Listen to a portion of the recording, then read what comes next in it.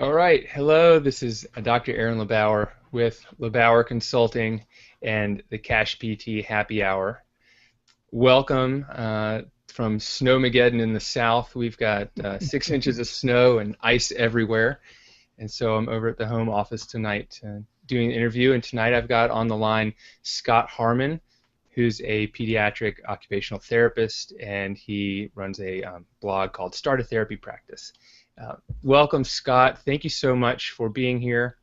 And I've learned a lot about you from your website and learned a lot of new things, and I'm happy to have you on the show tonight. I'm honored to be here, and I really appreciate the invite. And I've learned a lot from you too. So it's the mutual learning going on here. So I appreciate the opportunity. And awesome. Well, I just want to check in real quick with our listeners. Can you guys just type in the chat box where you're calling in from? Let us know if you can hear us. And this is a live hangout, so if your screen freezes or anything amiss happens with the technology, just refresh your browser and come right back in. So what I'm going to do is I've got a couple questions lined up for Scott and some things I want to talk about with him. But if you're listening and you have any questions for Scott, please don't hesitate to put them in the chat box, and we'll get to them at the end or sometime in the middle as well. Okay, so Scott, what I want you to do real quick is just tell me, where'd you go to school, how'd you get into occupational therapy, and how'd you get into private practice? Well, I went to the University of Central Arkansas in Arkansas, obviously, and I got into OT because there was a really good-looking girl who was going into OT, and she became my wife down the road. So she kind of got me interested in OT, but I mean, that was worked out great. She's also an OT. And for probably 12 years, 12, 13 years, I did pediatric occupational therapy in different developmental daycares. And probably 6 or 7 different ones. I was a contract pay therapist, so I was getting paid by the hour, by the unit, and not salary. I've never been a salaried therapist, so that was my mindset from the get-go, was contract pay therapy, which to me is sort of a stepping stone to the private practice. You kind of get used to getting paid by the client instead of getting paid just to show up.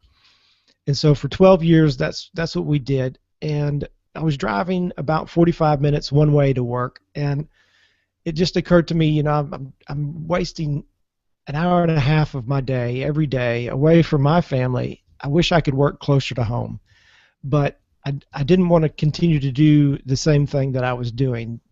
Basically, as I say, working for the man. Right. So my wife and I started throwing around the idea of opening a private practice, and we kind of took the plunge. We did the market analysis. We were asking the different professionals in the area, do you think this would work? We asked our local pediatrician, is there a need? And they confirmed that, yeah, there's a need for more therapy. And we had gotten wind that the local therapy places had a waiting list of probably 3 months long. And so it was just a matter of getting the word out that we're available. Now, I knew other therapists who had tried that route as far as having a practice, throwing up their shingle, taking out some rent, taking out a loan, and it didn't work. They just thought that if I put my sign out here, people are going to come to me. And that's not always necessarily the case. It might work, but it's sort of a risk, especially if you're taking out loans and rent. And if you build it, they'll come. Exactly. That doesn't always work. And I really I coach other therapists not to do that. Right. It's better to start small and build momentum. I mean, it could work, but it's kind of a crapshoot unless you have some really good connections. So we took out some rent, and we started with low overhead. And as I mentioned, since I was a contract therapist, I got to set my own hours where I was working, and was able to gradually pull away from there as my practice built up. Now, I had what you call a unique situation, and I've talked about this before. If a therapist is in a unique situation of they're married to another therapist, or they have somebody close to them who's another therapist, or they have a spouse who is able to help out in the practice while you continue to work full time. That's a pretty unique situation. That's sort of how I sold that to my wife. I said, look, you're a stay-at-home mom right now, but you're also an OT. You speak the language, you know as much as I do about it. You could be the clinic. Here's the cell phone. That's our phone number for the clinic. You could answer the phone, set up any appointments, and then once we had the brick and mortar facility, she would go up there with my kids and kind of hang out, in the back office while anybody was treating. And that really was how we did it. I mean, we started on a shoestring, and with my wife basically being the practice, and me gradually pulling away from where I was. Wow, awesome. That sounds great. Did you have I mean, was there any pressure to, perform or make more money in the private practice versus the contract work? I mean, were there any challenges starting up? What I initially did was put the pen to the paper and say, how many clients do I need to replace my salary where I was? And how I did it was smart at the time. I didn't know it. I didn't really know what I was doing, but looking back on it, I was like, how did I know how to do that? But what I did was, how many clients do I need that other therapists can see that will replace my salary from where I'm at now? In other words, that another therapist doing a contract rate like I was doing, but in my facility, and me making a little bit off of their treatment. Mm-hmm. And so I determined at the time I need 56 clients of someone else treating them to pay the rent and to pay my salary at that time. And that was the goal, 56 clients. And obviously I was still treating, but that was where we were going. That was the destination as far as the minimum viable product, as they say. Was that 56 a week or a month, or? That was 56 a week. Okay. And in a pediatric setting, that's usually 2 to 3 sessions per week. Right. So that's kind of what we were shooting for. Okay. And pediatric setting, how are you typically treating the patients for a shorter duration of time, or what's the duration of time that you're treating, and yes, let's start there. Yeah, the duration. Typically, in our neck of the woods, as we say down here, we're seeing a client 2 times a week, 30 to an hour session for each session. And that continues. Where we're at, we only have to reassess every once a year. Sometimes, depending on the system, you might have to reassess them every 6 months. But these are kids who have long-term difficulties. It's not necessarily that they had a stroke and you're going to repair, get them back to where they were in 6 weeks. It's they have some sort of developmental delay, Down syndrome, autism. They have continual problems. In our state, we have a really good Medicaid system that reimburses pretty good. So that's why we're able to do that. If a child qualifies for the services, our state Medicaid pays for those services. Okay. I don't know how long that'll last. And each state's different with their Medicaid reimbursement, but right now it's good. Right. And do the school systems where you are, do they provide any therapy or services for the kids? They as do. Well? Okay. They do. Yeah.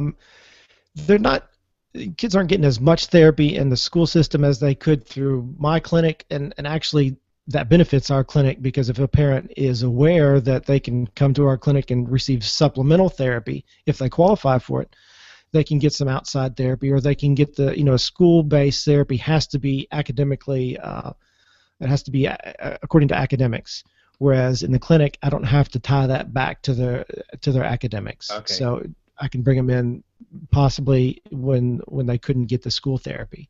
Gotcha. I did a little bit of work here, and the school therapy was very limited, and I did it through my one of my clinical rotations. We had just very limited in-school therapy.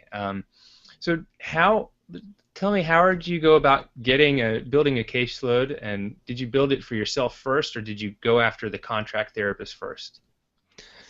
I knew from my experience working in the developmental daycare that more kids receive speech therapy than anything else. OT is the second, and then third in the pediatric world, where I'm at anyway. And so I knew that speech therapy would probably be our bread and butter, and that always has been as far as my clinic is concerned. So I I'm trying to remember which came first. I think we had a speech therapy client before we had an OT client, even though I'm OT. It was a close second anyway.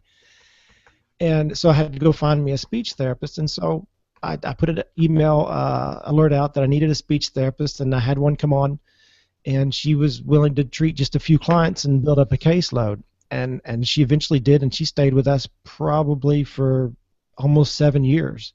Wow. She was our first speech therapist, and she has since left. She's had a child, and I remember the day that my wife called me and said, "We have a referral for this family who needs OT, PT, and speech, all three." And in the home, this lady had adopted special needs children. She has four special needs children. All four. There was four kids. I'm sorry, I said three. Four Hmm. kids needed OT, PT, and speech. And we essentially went from one client to five clients instantly. And I was like, whoa, this might work. It was sort of a validation. But the hustle then was to go out and find the speech therapist. I had the speech therapist to do it, but I had to find a PT at that point. I could do the OT, and I did that. And that's been almost 10 years ago, and we still treat a couple of those kids that we first saw. It's interesting. That's where we started, and Wow. they're still with us. So it's Wow. pretty cool. So your clients are almost they're very different than mine in that their lifetime value is probably a lot different. What's the Right. what's the lifetime value of your patients? Do you have a handle I've on that? not, I've not actually figured that number, and that's sad to say I haven't. Obviously, those clients right there who we've seen for close to 10 years, we started seeing them when they were very young. Hmm. That lifetime value on those particular clients is very good. Right. Um, I should figure that up now that you say that. I want to back up real quick and tell us so you've talked about your practice a little bit. You have two locations. Can you tell me is Sure. that right? That's right. Okay. So tell us a little bit about kind of just the structure of your practice. When did you open the second location?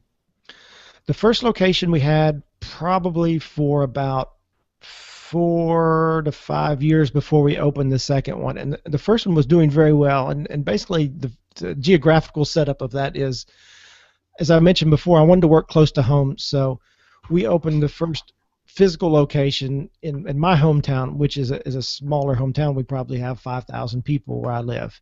Hmm. South of me is the town where I went to college, and it's a bigger city. By no means is it huge, but I knew there was a need more rural than there was there in the larger town because they had the therapy there. Although that's where they had the 3 month waiting list. So what we did was after about 5 years, we decided, hey, it's going pretty good where we're at. We've grown pretty fast. I think there's a need in the other city. Let's open a place there. It's the same doctors Hmm. and that we were already working with, but we sort of overshot on that one and probably could have thought it out a little bit better. We underestimated how close these other therapy places were intertwined with the pediatricians there. Obviously, we were not much of a competition for them, 10 miles away in the rural town, but once we moved in the same town, then we were direct competition with those therapy providers. That being said, they are each a developmental daycare center, which Huh. I didn't want or have a daycare, and I never will have a daycare. That's a whole different ball of wax. Right. So the referrals were a lot slower there, and they continue to build there, even though we've been there for quite a while. It is just the inroads there were underestimated as far as how difficult they were going to be. Hmm. But we're making a go of it. Okay. Was there anything that you did trying to market that location that didn't work? And then was there something that was like a home run in marketing that location? You know what was interesting is I know we could have marketed it better, as far as that location. We just thought, we've been working with these doctors for 4 or 5 years. They know us. All we got to do is tell them, hey, now we're open here. And there again, if you build it, they won't come always.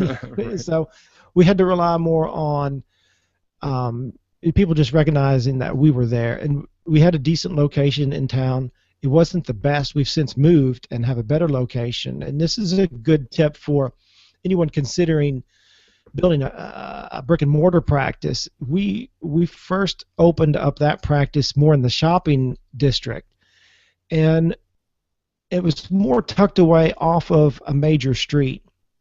And once we moved over to more of the medical district and had more of a street presence as far as signage, then people began to recognize us just as they drove by, and they recognized that. I think they recognized that, well, they're in the medical district over here, so they must be serious. Hmm. Whereas before, we were behind a Chinese restaurant, and it kind of stank when you come in the door from the dumpster. So that it's not good marketing right there. But Right. that was lesson learned as far as that's concerned. You know what's interesting in that location, it's not so much in our rural location, but more in the city, is we began to be known that we will treat Spanish-speaking clients. The other facilities, that since they have so many clients to treat, they can make the choice to not service those that are hard to service, which is Hmm. Spanish-speaking clients. And so I had a friend, and I still have a friend who was willing to do some interpretation for us. And so basically, I got him a phone, a cell phone, and gave out that number as far as to some of the Hispanic community, and let the doctors know, hey, if you have any Spanish-speaking clients, we use an interpreter for that. We'd be happy to treat them. And still to this day, it was funny. My wife had a baby 3 weeks ago, and one of the pediatricians, they can make their rounds, and they come in and check on the baby. And I knew the doctor, although I knew him by name and I knew him by face, although he didn't know me because he's newer to that practice. And so I just introduced myself and let him know, that we own therapy for kids. And he's like, oh, yeah, y'all do the Spanish-speaking clients. That's instantly what he knew. Right. And I said, yeah, we do that. That's But it was good. It was good marketing. It was a niche that wasn't being fulfilled. right. That's great. That's great foresight to see that, or whether you stumble upon it or not. I mean, that's really awesome, and that's definitely something that there was a need, and um, it just you just kind of go, oh, it's like some days it just like pops in. I've had those moments. It's like, boom, oh, this is what I need to do, and Yep. that's really Well, great. and I've told other therapists that I consult with that story, and they'll usually say, because there is usually a need for Spanish-speaking therapy, and they'll tell me, but I don't know Spanish, and I tell them, look, I know 5 phrases in Spanish, and all those will get me in trouble. And Hmm. you go hire somebody, and they'll say, I don't know where to find somebody. If you have a local university, or even churches, a lot of times will have a Spanish ministry. Hmm. Um, we get a lot of our interpreters from the local university, and Okay. they're willing to work a lot of times some PRN shifts, and just come and go as you need them, and that's Wow. worked pretty well for us. Do they come into your office, or they do it remotely through a three-way phone call? I've not tried the three-way a remote uh, interpreter.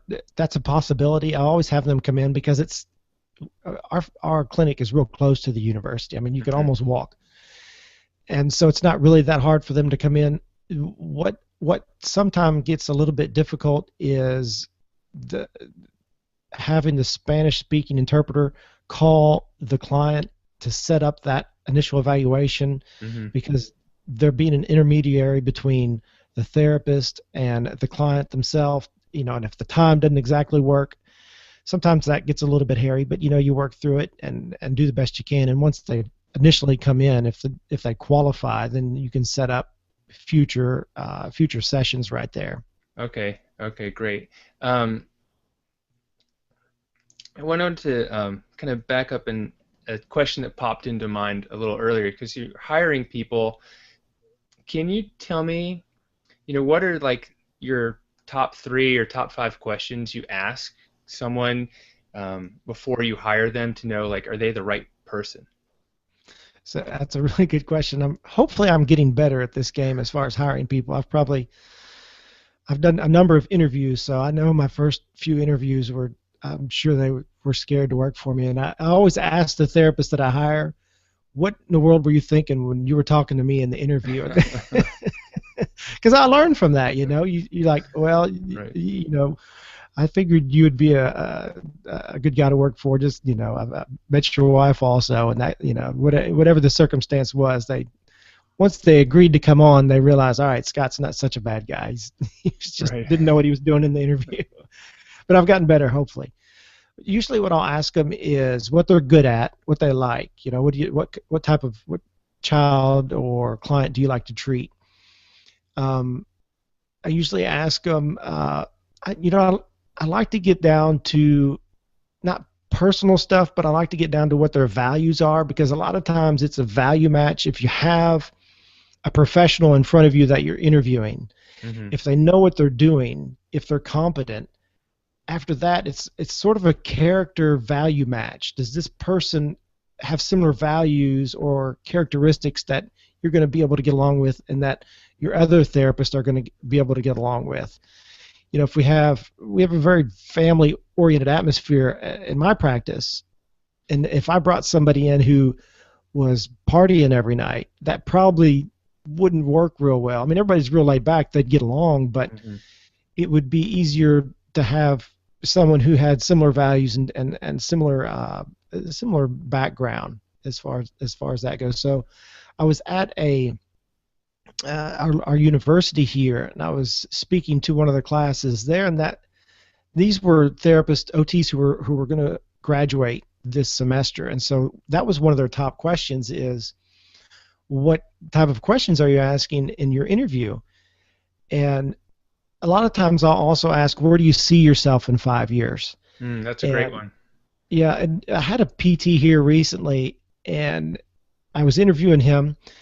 PTs are great because they're so ambitious, and they get this business stuff better than us OTs do, and a lot of times in speech therapists do that. I don't know, they're just kind of pre-wired for that. So what he said was, I said, where do you see yourself in 5 years? And he said, I want to own my own practice. And I was like, awesome. I had just started my Start a Therapy Practice website, and I was like, that's awesome. I could have a guinea pig right here. Right. And he has since moved to a different town, but I mean, just a great guy. And I know with a little bit of mentoring, he'll have a great practice one day. He was on the ball. So that's what I'll ask. Where are you going to be at in 5 years, maybe 10 years? Um, one of the students there at the college, she said, well, what if I'm nervous and I just can't hardly talk? And I I told her, I said, that's good. That's because that means you're taking it seriously. If you Hmm. come in there kind of nonchalant and it's kind of a whatever deal, I'm probably not going to hire you. But if you're, if not necessarily over nervous where you're going to, throw up on the table, but if you're taking it serious, that means you're a little bit nervous. So you try to pick up on some of the smaller stuff as far as the values and the character. I can teach therapy. I always tell the OTs that come in and PT and speech to a certain degree, I can show you therapy. I've been doing that for almost 20 years. I can't teach you how to be a good person. So that's what I look for a lot. Oh, that's great. Those are great points. Is there any red flags, or that people throw up, or from your past experience you're like, oh, that's just not gonna, that doesn't work with my values, or that's not part of my system? I mean, what have you Yeah. experienced that way? Well, and another question to ask them is, what do you like to do on the weekends? Hmm. I always it's a small place around here, and most small towns are like that. If I ask them enough questions, sometimes I know people they know. Uh-huh. Which if I have if I have any options, I usually ask my therapist that I know, or therapists that I know have known in the past. Do you know any therapists who want to pick up some kids? Right. Because that's the best way to get a therapist, is to have a recommendation. I mean, I've hired plenty of therapists who are just blind emails. Somebody will Hmm. email me and say, "Hey, I want to come work for you," and I've gotten better as far as judging character is concerned. You know, you do that enough, and you get better at judging the character. Right. Um, what was the question Oh, I again? can't remember. That was a good answer. Um, yeah, that's great. No, those are great. It's more like I think red flags. Is there anything that someone Yeah. said before you were like, oh, that's just, that was the craziest answer I've ever heard. That just can't work. I don't know. What's interesting. I've told my wife this before, and I don't want to offend anybody who's listening who might be driving a nice vehicle. But if you're coming to my private practice to work for me, nobody works full time. It's all contract pay. At the most, you're working 4 days a week, and that's just by therapist choice. I didn't set it up like that. But if you're able to make out your own schedule, you're not going to work on Friday, at least not on a consistent schedule. You might do an eval or makeup sessions. Mm-hmm. So none of my therapists work. I have one therapist now who works consistently on Friday, but she's cut from a different cloth. She's a go-getter. But if I have a therapist who wants to come in and just treat a few clients or even build up a caseload, and they drive up in a Mercedes, it might not work, or it might not work if they're just living way beyond their means. And I've had therapists who come in and they're making contract pay, which is really good money, more than they can make as a salaried therapist. And they start making some bad purchases as far as poor choices and living beyond their means. And then they have to see more clients. Well, how it's set up in my clinic is I don't have a guaranteed minimum amount of clients that I'm going to give you. I will give them to you as they come in, and there's ebbs and flows in throughout the year as far as when we get referrals and when we don't have referrals. And right now you have 6 or 8 inches of snow on the ground. Mm-hmm. People are not going to show up for therapy. You're going to have a busted week, and your pay's not going to be as good as it will be 2 months from now. And so it fluctuates.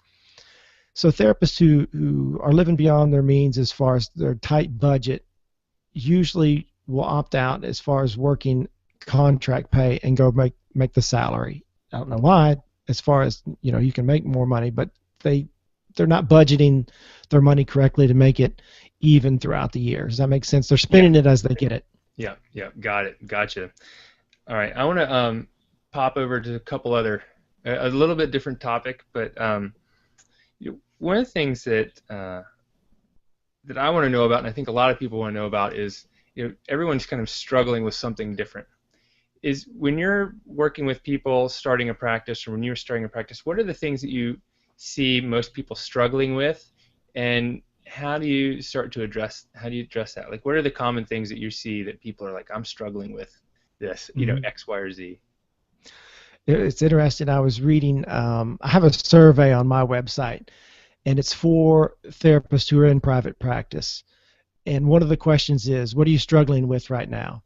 And I was just looking over that because I've had quite a few submissions here recently. So I was like, I want to go look at that before I talk to Aaron today and see if I can glean any nuggets of information. And one of the themes of what they were struggling with was managing their time, and that was a big one. Setting up systems in their business, marketing, and just trying to do it all. And that is, I'm still there. I mean, if you own your own business, you're always going to be struggling with those things as far as keeping all the flaming hoops in the air that you're juggling. So, a book that I've recommended here recently for people who are really struggling with the time management. There's a couple of books, and I wish I would have read them 10 years ago. One of them is called The E-Myth Revisited. I don't know if you've read that book, but that's an excellent book. Mm-hmm. The other book is, as far as struggling with time management, is called The One Thing. But the E-Myth Revisited, it doesn't matter where you're at in your private practice, or if you're even thinking about private practice or small business, you got to read that book. It'll give you a mindset of working on your practice and not in your practice, or in your business for that matter. So it's an excellent book.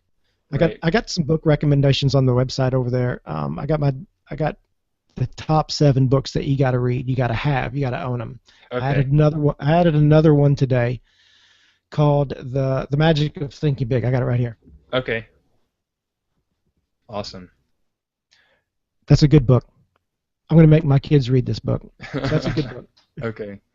Great. Anything else off the top of your head, like that's on your list for books or Let me see. places, things you need to read and learn? Hold on just a second. Yep, yep. While Scott's digging that up, I just want to remind you guys listening, if you have any questions for Scott, please enter them in the chat box to your right, and we'll be sure to try to make sure we get to all of them by the end of the show tonight. All right, I put these books here by the computer just to show them to you. Okay. Here's one you got to read. Guerrilla Marketing. Oh yeah, I read that one 15 years ago. Got to read that one. Yeah, that's You got to own that one. All right, definitely. let's see. It's the E-Myth. Okay. That's the E-Myth. I want us to come back to presentations, but when you start giving presentations, get that book there. Secrets to Dynamic Communication. Wonderful. All right, for networking, Work the Pond. Oh, awesome. Get that one. There's 2 by Stephen Covey here. This is a pretty popular one. Get the glare off of there. Mm-hmm. 7 Habits of Highly Effective People. You got to own that one. And once you start hiring people, you got to have that one by Stephen Covey. Principle-Centered Leadership. Great recommendation. I'm gonna have to start replacing all those textbooks from PT school with some more business-oriented books. I still have these $100 tomes, that I haven't even cracked open. I mean, it's a sad thing. I find a lot of people don't. I find a lot of people don't read books anymore. We're on the internet all the time and reading blog articles and whatnot, which is good.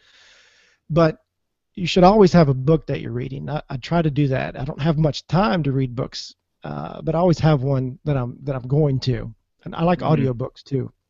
Yeah, yeah. Audiobooks are good if you have a time and place to listen to it. Mm-hmm. But okay, awesome. Thank you, Scott. Those are great.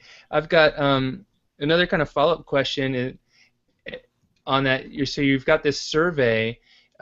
What else is in the survey, and where can we find it if someone wants to? Yeah. How do we get the results, or how do we participate in that? It's a good question. If you're in private practice, and you got to be in private practice in order to take the survey, if you take that survey over at startatherapypractice.com, you will get the results for free. If you're not in private practice yet and you're like, oh man, I'd love to see the results of that survey, it's for sale over there. I think I don't remember, $4 or $5, so it's super cheap. Mm-hmm. So you could purchase it also. But some other stuff that's in there is let's see if I got it on my computer here. Okay. One of the things was one of the questions was how much per month do you spend on marketing? Now these are therapists who have a private practice, not necessarily a brick and mortar private practice, but some of them do. 60% of the people who took this survey spent less than $100 a month on marketing. I would say I spend a little bit more than that. Depending on where you're at with your private practice, you probably want to be spending at least $100 a month, and I would spend at least $100 a month in Google Ads. I took out a Google ad probably 6 or 8 months ago, and people are not just busting down the door after that, but I have seen an uptake in referrals. And Google has some good analytics on that. You can look at what your Google ad money is getting for you, and it's good in that you can set your budget as far as how much you want to spend. You don't have to spend $1,000 a month, so you can kind of experiment with it. What's $50 a month going to do for you? Right. And go ahead. What is working for you in the Google ads? I guess real quick, let's explain. Explain what the Google ads are, and just tell me what's working for you. Is there a certain strategy that you found that was working best? Well, a Google ad is simply if you search anything on Google, you'll notice at the top those are paid advertisements, and the way to know is there's a yellow square that says ad next to that search. Now the search is relevant. It's going to be relevant for whatever you searched for, but there's some keywords that those people are paying for to come up, and that so their website or their ad will come up. What I did was first I wanted to see what my competition was doing. Were they taking out any ads? So do a search for what you're providing, whether it's physical therapy, speech therapy, occupational therapy, or any special services within those. If you're providing feeding therapy as a speech therapist or dry needling as a PT, put that search in there. Although you have to think like a potential customer. Is a potential customer going to search dry needling, or think like they would, and just ask people who are not necessarily therapists, hey, if you had this problem, how would you search for that? And you can also get in the search box and dry run those different search phrases. But what I did was I searched for, like I said, speech therapy is our bread and butter. So that's where I keyed in on as far as my private practice. So the keywords that I wanted was speech therapy and then my geographical location, my city. That's what I keyed in on. And so if you do that search phrase, speech therapy in my city, I'm number one. I'm coming up as the ad. Now, I noticed the other day that another speech therapist had come up. She's her niche is dyslexia, but she lives 50 miles away from me. But she came up in the search as an ad. People will travel that far for dyslexia services, by the way, in my area. So then on the same page, you want to come up on page 1. On the same page, my clinic comes up on down along with my competition, but I'm at the top. So that's pretty significant right there. If you think about the younger generation, I mean, we're treating kids in my clinic. Their parents are probably under the age of 30. Mm-hmm. What are they doing? They have a smartphone in their hand. If Junior here is not talking right, they're going to do a search on speech therapy, my city. And that just, you have to think like a potential consumer would. What are they searching for? How are they searching for it? If you're seeing geriatrics, they might not be Googling stuff. They might still be using a phone book. Right. But, in my practice, they don't know what a phone book is. I don't know what a phone book is anymore. Yeah. It's this little tiny thing that gets dropped on my doorstep once a year. Yep, recycle it. Yep, recycle it, exactly. Awesome. And that's great. Is there anything else that you're using, like you're spending your money marketing on? Are you doing any other paid advertising, like in magazines or papers or anything like that? I got one of these. See if the camera will pick it up. Okay. Awesome. It's a shot, but it's also a pen. Uh-huh. It's an ink pen. So it has my clinic practice on there, phone number, OT, PT, speech. And so what I did is I ordered 300 of these. This is just an example. I mean, I do different stuff. I'm always thinking about what can I use for marketing. And so I just carried these around with me for a while. And it was funny. About the time I purchased those, 2 of my kids got sick with the flu, so we had to go to the doctor. And so I had a handful of these ink pens that looked like shots, and I wanted to give some to my doctor because he'll refer kids to us sometimes. And so I had this handful, and I said, "Hey, I want to give these to you." Well, they look real enough, and he said, "What is that?" He was backing up. He didn't know what that was. Mm-hmm. But then once he realized, he thought that was pretty cool. So it's just another. It's another reminder that we exist. If you look at marketing, marketing has what they call the rule of 8. And if you think about this in your own life, sometimes you have to be presented with a certain product or service a number of times before you finally say, "Oh yeah, I remember." Whatever, those pair of shoes or the plumber. Now that I need a plumber, I remember that commercial that I saw 500 times. So they call it the rule of 8. And this is from an ebook that I bought from, I think it's called George Meets the Marketing Man. I can't remember. If I can find it, I'll send it to you, and maybe you can put a link on your website. But basically, it's a story of how this it was a furniture salesman. His advertising was bad. So Hmm. basically, the marketing guru told him, look, people need to see things so many times before it clicks, and they say, okay, I need to call Aaron because I know he does PT because I've seen his card here and I've seen his ink pen there and I've seen the ad in the fitness magazine over there, and then he gave a presentation over here. So it's people have to be reminded. It has to be fresh in their mind. Right, right. Awesome. Is there any one, like if you were going to do one thing, which one of those things would you choose to do? I would do one that I hadn't mentioned yet, and I would get to know. I would Awesome. get to know as many people in my geographical area as possible that either had a business with similar clientele or I thought could have a potential refer for me. And Hmm. what I would do is I wouldn't necessarily hound them, hey, do you have any referrals for me?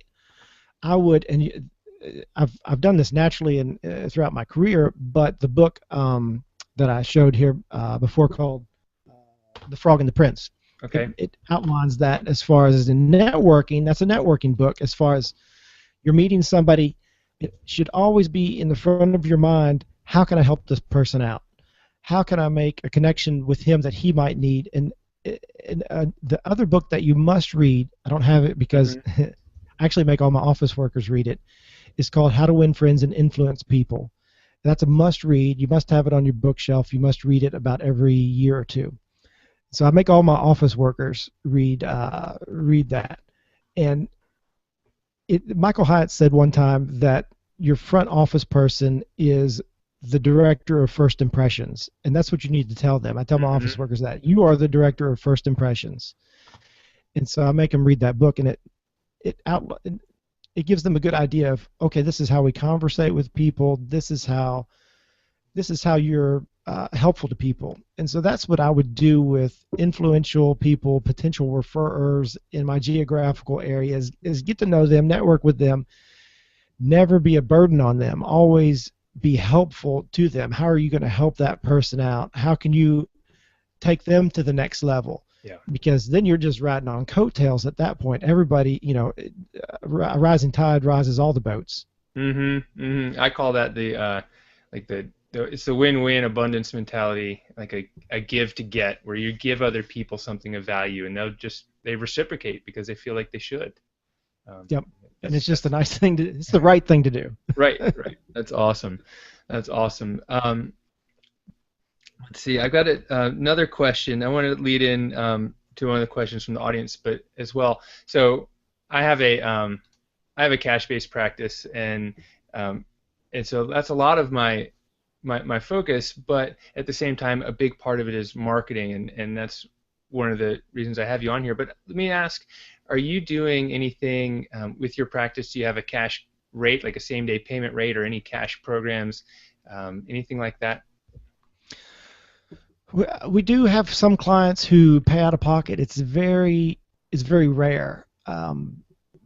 Most of my clients are state funded. Mm-hmm. We, as I mentioned, I do have a cash rate. If you want to pay me cash, I have that rate set. I've kind of redone my website here recently. I took it over from my web developer. So what I intended to do was put that cash rate on my website. Maybe not right on the front page, but I want somebody to at least be able to Mm-hmm. find it there.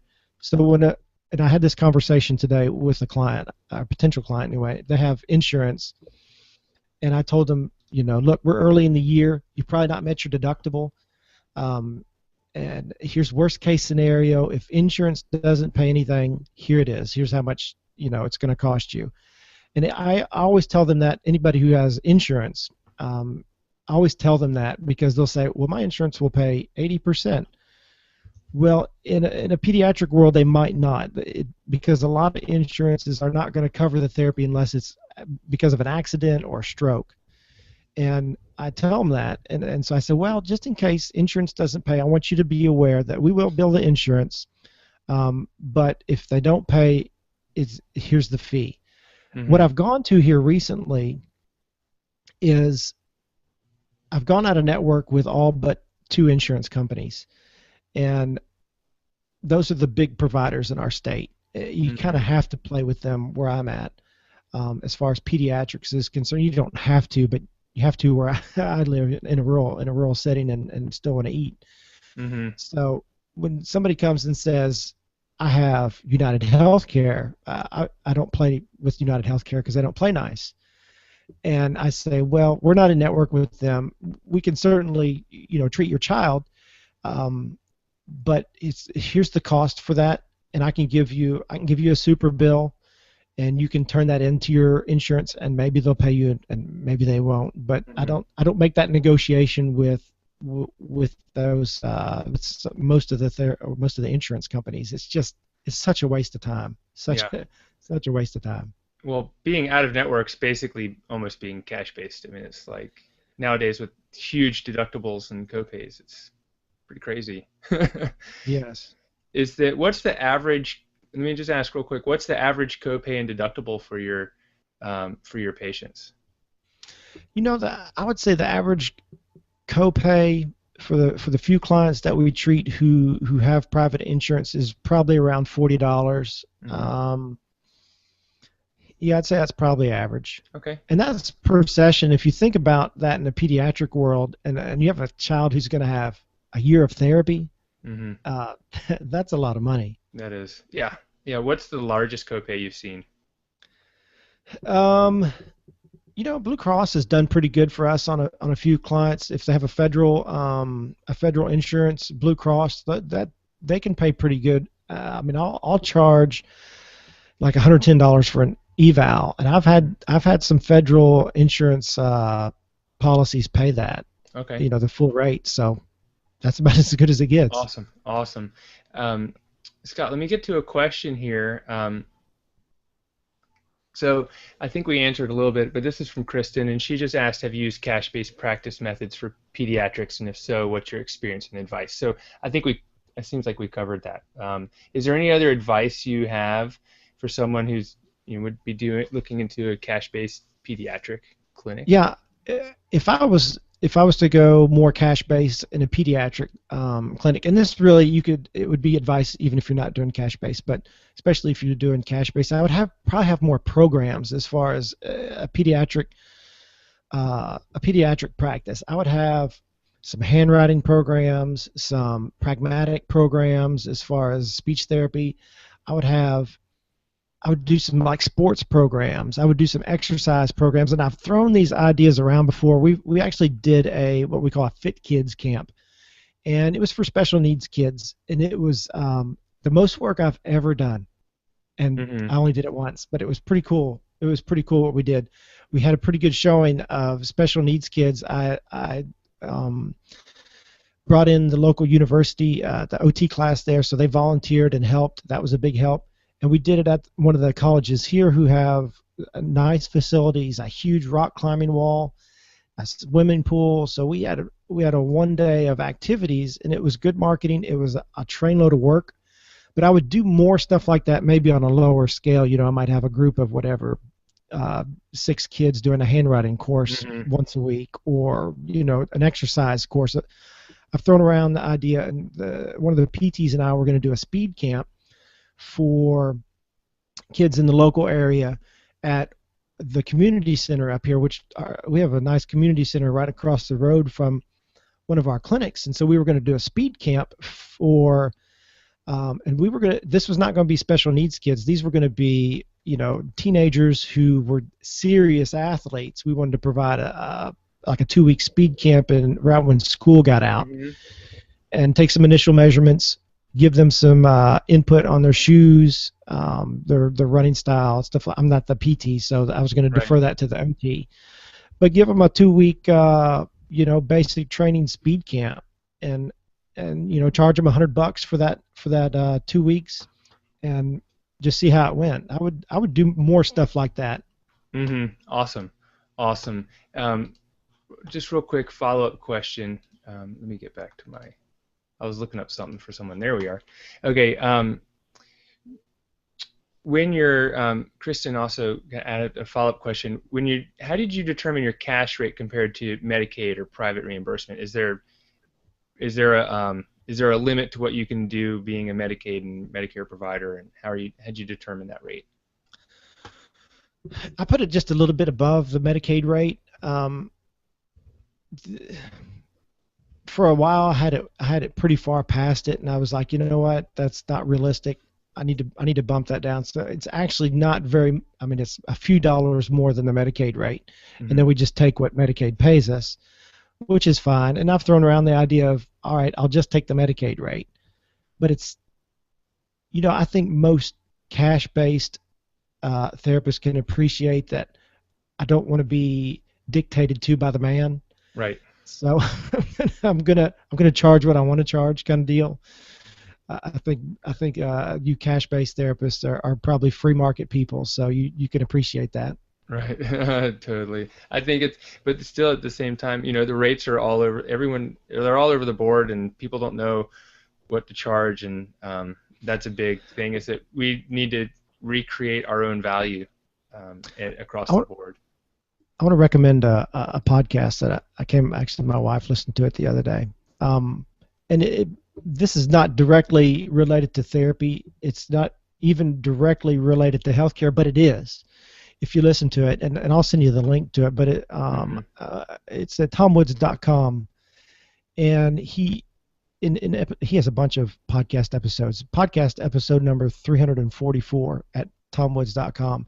He's talking about the market in that, and if you listen to that and keep in mind and relate that to healthcare, I think Hmm. you'll get a lot out of that. I just want to throw that out. I mean, as far as it sort of pertains to pricing in there. It directly pertains to that. So I'm going to throw that out there. Okay, awesome. And I'll put that link up and some of these links up into the show notes when I post this to the blog and everything. Scott, that's great. There's one other thing I wanted to touch on that I have written down, and you've created a great like client tracking spreadsheet you, that I've seen on your site. Tell me about it, and why did you do that, and how does that help you in your practice? Yeah, I've from the beginning I needed a way to track clients, and I did not want to have a paid EMR that I was paying monthly for when I only had just a few clients. It didn't make sense to me. So I really bootstrapped that and I learned how to use Microsoft Excel well, and slowly developed a tracking spreadsheet for my clients, and it's developed over the years as far as what I've added on to it. And essentially it has all the client information on there, date of birth, address, phone number, that sort of stuff. But then I also needed a mechanism to track when prescriptions came due, because prescriptions come due for my clinic every 6 months. So I needed a Hmm. way, after I had more than two clients, I couldn't keep up with that mentally. I needed a way for me to be alerted before the script ran out, so I could request the next script for continued treatment if we needed it. So that's what I first added that on the spreadsheet, and then I also added, well, reevaluations are due every year, so I need to be alerted every 11 months, so I can have a month to do the evaluation when that evaluation is due. Well, then I needed a heads up of, okay, I sent this prescription to the doctor. Did I get it back? Right. Once you have multiple clients, how are you going to track that? And so it tells me that also I can put that information in there and have it give me a heads up. Hey, it was 7 days ago that I sent this to Dr. So-and-so. Did we get it back? And then also on this spreadsheet, I've put some marketing stuff on there. How did they hear about us? Where is this client treated? In which clinic is it treated? In a school, in a daycare, in a home? It tracks that. Where, like I said, where the referral came from. Was it the doctor, another professional, a friend? And I'm trying to think what else is on there. Okay. Awesome. It sounds like a lot of good stuff. So that's great. I put a link to it up for everyone.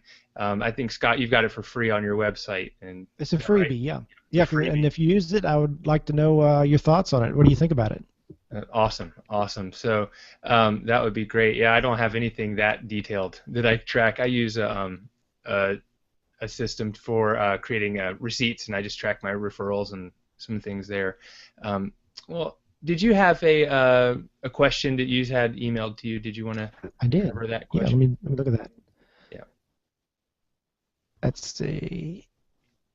And the other thing I was going to mention is I use QuickBooks for some invoicing. QuickBooks is very handy. And I use this. If you're cash based, you don't need it, but I use Office Ally as a clearinghouse. Let's see Okay. the question. Here it is. Um, this is from a therapist that I know who lives not in the United States, and she was asking about low cost marketing. We went over that pretty good, I think. Mm-hmm. The other thing that she came in, had a difficulty with is that in social networking forums, people will post and say they need a therapist, and so she'll say, "Well, I'm a therapist. You can come see me." But these people apparently that she's corresponding with will not come and see her unless they know somebody who came to see her. And so she's asking, how do I get around that? Somewhat, I think that Mm-hmm. might be a cultural issue as far as different cultures. They want to know, they want the direct referral from a friend, Right. and be assured that, okay, this is a good therapist, this is a good doctor, whatever. But my point here I wanted to bring up is that not every potential client is or should be an actual client. Some people will not fit with you or your practice, and it took me a while to learn this, and I still have problems with this. I want to please everybody. I want to Mm-hmm. treat everybody. I want to heal everybody. But that's simply not the case. And honestly, we've had some clients, and it wasn't a good fit, and it was not a good thing. Sometimes, and thankfully this has only happened a couple times, but they left not satisfied just because Right. it was not a good situation for them as far as a good fit. Now, what's interesting is each of those clients, we were their first type of therapy. We were their first therapist as far as initiation into the system. Now, they don't know what they don't know. So once they left us and they went to another facility, it took a while, but all of them have called me back and said, "Can we come back?"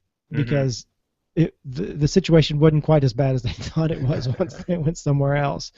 But my point here that I want to make for this question is that not every client is going to be a good client. So make sure the fit is good. And sometimes you gotta send them down the road and say, you know what, we might not be a good fit. You might want to go down here and see so and so. I think they can help you out. You want to be helpful and you want to be cordial, but don't force the round peg into the square hole. Right, right. That's one thing I've learned over the years is that I can't heal everybody. I can't help everyone, and it's okay for people, to not need to come into my practice, and it's just kind of okay. And it was really hard at first because I was hungry for new patients as well, and like, well, why isn't Yes. that person calling me back? But it has nothing to do with us as therapists, and a lot of it's the other person, the patient, recognizes that it's not a good fit a lot of times, and we just don't know that. Yes. I want to mention one marketing idea that I Hmm. think a lot of therapists are intimidated to do, and maybe not might not know how to do. But if you have a website, which you must have a website, I have on my survey, there was about 20% of the respondents who didn't have a website, and and I don't understand that. You got to have a website. People got to know how to find you because they're trying to Google search you. But on your website, you must have some video. And I know you have some good video over on your website. And the video, you don't have to overthink this as far as the video is concerned. But people have to see your face. They have to hear your voice. They have to get to know you and realize, oh, there's Aaron. I see him, and he's a good guy. He's working on this person, and I can go see him. I've created a video here recently on my website for my clinic. It's just a walkthrough. Here's what to expect when you come in. Here's the paperwork we're going to work on. Hmm. Here's the room we're going to go sit in. Here's the therapist that you might work with, and here's the owner. I'm Scott, the owner. It's Video is so powerful, and when you put that on your website, also put it on YouTube because YouTube is a searchable index, and keyword that for your geographical location and what you're providing, speech therapy, PT, or OT, and your city, because that'll come up in search engines as far as when they're Googling. Google owns Hmm. YouTube, so that's a that's some marketing that people are missing, I think. Yep, and that's one other trick for that for YouTube is in your YouTube video at the bottom in the comments section, you can put a hyperlink to your website there, but you Ah, must put the HTTP colon forward slash forward slash and then um, therapyforkids.net after that, or LeBauer Physical Therapy after that, and that makes it clickable. And that's one thing that like gives you good internet juice from YouTube. And so I just want to excellent. put See, I that didn't on. know that. I got to go back to my YouTube videos. Yeah. So go put your put your practice and make it the very first line, and then below that put a description of the video, and Yep. with some keywords in there, and that makes YouTube videos just kind of explosive, and they show up on Google searches. So. Yeah, and don't overthink it. Use your smartphone. Shoot, 2 minutes worth of video. Hmm. And if I did my last podcast, I did a segment on it was on marketing, and I did a segment on video, and I kind of explained how I did that and how easy it is really, and how to make the sound good and the light good, and yeah, it's underused. That's awesome. Well, Scott, we're just about out of time, and it's been awesome talking to you. And I feel like we've got another couple hours of things we can talk about. So Yeah, we'll have to do this again. sure. But can you let us know where can we find you online? Tell us about your where do we find your podcast? Where do we find your website and more information about you if we want to someone wants to contact you. Yeah, you can contact me through the website at startatherapypractice.com, or my email is scott@startatherapypractice.com. And you can follow me on Twitter. It's Scott Harmon, the number 7. I got a Google Plus. I got a YouTube. I have Pinterest, but probably don't do too much on that. So that's the places to find me. And if you have a question, want to email me, feel free. Okay. And what about your podcast? If someone's a Yeah, do you have a yeah. yeah, find your podcast. The podcast is named the same, Start a Therapy Practice. It's in iTunes and Stitcher, or you can listen right there on the website. There's a little tab at the top that says podcast. I got a blog over there. I recently put a blog post over there that therapists need to check out if you have a practice. It's how I set up systems in my practice to show my office workers how to do things, or show the other therapists how to do things. You want to check that out because it's free tools. And if you own a private practice, you need to be implementing systems in order to make your practice run smoother, and so you don't have to do all the work. Right. That's about working on your practice, not in your practice. Exactly. Yes. Awesome. Thank you so much, Scott. This has been really great, and I really appreciate the time you took to come talk to us and share your knowledge. Thank you so much. It's been a You're pleasure. welcome. I do want to tell people that you were on my podcast number 15, so they need to go listen to that. Awesome. Awesome. Thank you so much. Thank you all for joining us, and I've got some great guests lined up for the next CashPT lunch hour. We're doing one in March and one in April, so stay tuned for those. And if you have any questions, if we didn't cover your question, I'm sorry we didn't get there, but send us an email, and either of us will be happy to get there. And thank you for joining us, and have a great evening. From Snowmageddon in North Carolina, this is Aaron LeBauer with LeBauer Consulting and Scott Harmon, the Start a Therapy Practice. Thank you very much. Thank you.